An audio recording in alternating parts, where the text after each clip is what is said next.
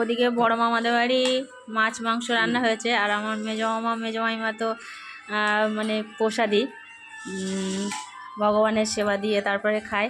তো ভগবানের দেওয়া হয়ে গেছে, অন্ন সেবা হয়ে গেছে, এখন প্রসাদ পাচ্ছে।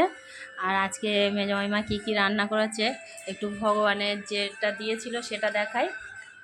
অন্নভোগ দিয়েছে, আর উচ্ছে আর আলু ভাজা করেছিল, আর এটা ধোকা ভাজা, আর পটল আলু ডাঁটা দিয়ে একটা রসা, আর এটা ধোকার তরকারি, আর টমেটোর চাটনি করেছে। এটা ধরো একটু ভালো করে থালাটা এদিকে ধরো। তা এটা হচ্ছে আমার মেজো মাইমা আর আমার মামা, আর আমাদের মাসিরা খেতে বসেছে, মা মাসি।